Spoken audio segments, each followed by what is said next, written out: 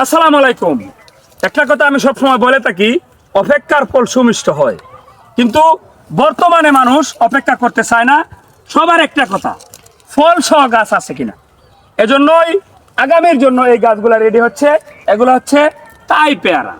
এখানে আর অনেক কাজ আছে, যে কাজগুলো আমরা সব সময় করে থাকি, আপনাদেরকে পরামর্শ দিয়ে থাকি যে গাছ কুশি কর্তন করবেন।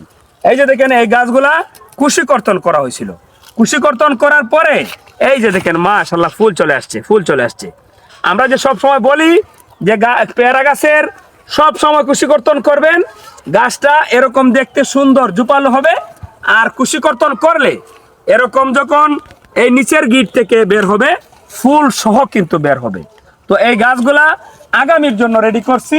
আগামী বর্ষাতে ইনশাল্লাহ তাই পেয়ারা সবাই পেয়ে যাবেন, ফল সহ জিও সেটআপ গাছ।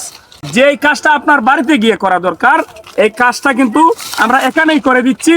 আপনারা যে অপেক্ষা করতে না হয়, শুধু গাছ নিবেন আর ফল খাবেন। সবাই ভালো থাকবেন। আল্লাহ হাফেজ।